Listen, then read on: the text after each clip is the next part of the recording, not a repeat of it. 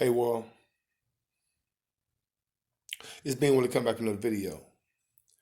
But I'm going to hit this video because I wanted to do it post Valentine's, so everybody could celebrate and enjoy the time with their loved ones and whatnot. But I also want to make sure that I give you a little food for thought, so you can have some historical analysis about Valentine's. Okay, because we all know they're pagan holidays, right? But there is some historical analysis about each one of them.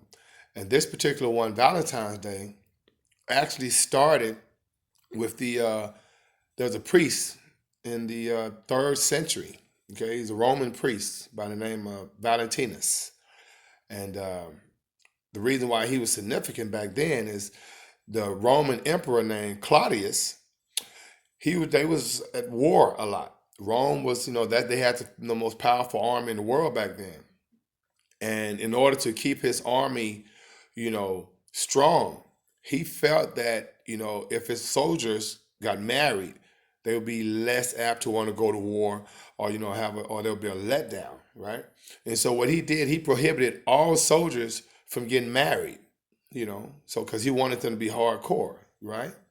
And so, with that being said, we know that's against human nature, right? Most people want to be involved with someone and get married, and this is where Valentinus come into play.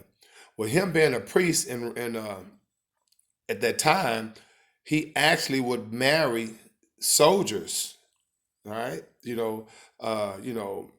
Without the Roman government knowing. So he would be doing marriages with the soldiers. He would be doing marriages with Christians, all right? Now at that time, remember Claudius, he was persecuting Christians back then. But Valentinus, being a priest, he's a Catholic priest. He was actually performing marriages for the soldiers, and he was performing marriages for Christians. Well, when word got out that this has happened, he was arrested. He was thrown in prison, and Claudius wanted him to repent and change his ways, but he refused. And while he was in prison, he was still marrying, couples.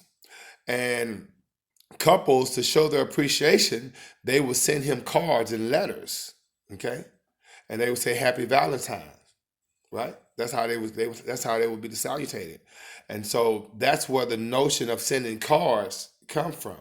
All the married couples that wanted to show their appreciation while he was in prison, they were sending him cards. And what's so crazy about the date February 14th, because February 14th, 247 was actually the day that Valentinus was killed. Okay, he was actually he was on death row at the particular time, and February 14th, 247 A.D. He was killed. He was beheaded. Actually, he was beaten, and when the beatings didn't kill him, they beheaded him on February 14th. Okay, and so he became a saint, of course, and it became Saint Valentine's, and it's actually Saint Valentinus, which in turn, over the years, he became a pagan holiday. And if you look at X, and they would sign the name X, right? You wonder what that comes from. That's called Christ's cross. That's where you get the term crisscross today. Okay, that's why you see Xmas instead of people spelling out Christmas, they would put X and MAS, because the X represents Christ's cross, right? And so I just want to come back with a little food for thought, family. Make sure you like, share, and subscribe. I think it's always important that you have a little food for thought, a little historical analysis about the things that we go through every day. And, I'm not persecuting, I'm not against any holiday that brings people joy and happiness, right? But I think y'all should have a perspective of where it comes from, right?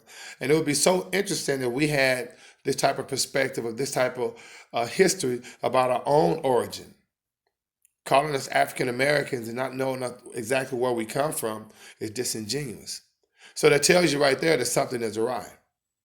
All right? Well, family, in the meantime, between time, may the Most High decide to bring you joy, and being what is out of 5,000.